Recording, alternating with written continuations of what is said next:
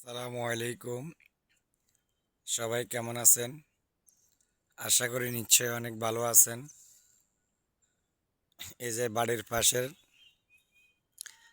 সবুজে ঘেরা টমেটো গাছ, এই যে দেখেন কি সুন্দর। এটা হচ্ছে ধনিয়া পাতার গাছ। দেখেন, আপনাদেরকে দেখাচ্ছি। শহরে যারা আছে থাকে, তারা গ্রামের পরিবেশগুলা কিরকম, প্রাকৃতিক দৃশ্যগুলা দেখতে পারে না। তাই সবাইকে দেখানোর চেষ্টা করতেছি। এটা হচ্ছে যাই টমেটো ক্ষেত, কত সুন্দর করে করছে। কিছুদিন পরে হয়তো রমজানের ভিতরে এটা ইনশাল্লাহ আমরা দেখতে পারবো। সুন্দর সুন্দর টমেটো, বড় বড় টমেটো হবে। গ্রামের সুন্দর ভালোবাসার মানুষগুলো গ্রামে কষ্ট করে আমাদের জন্য অনেক কিছু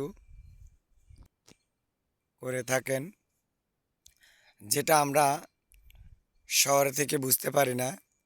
টাকার বিনিময়ে আমরা পাই, তাই আমরা মজার আনন্দ কষ্ট বুঝতে আমাদের কষ্ট হয় বা বুঝি না, বোঝার চেষ্টা করি না।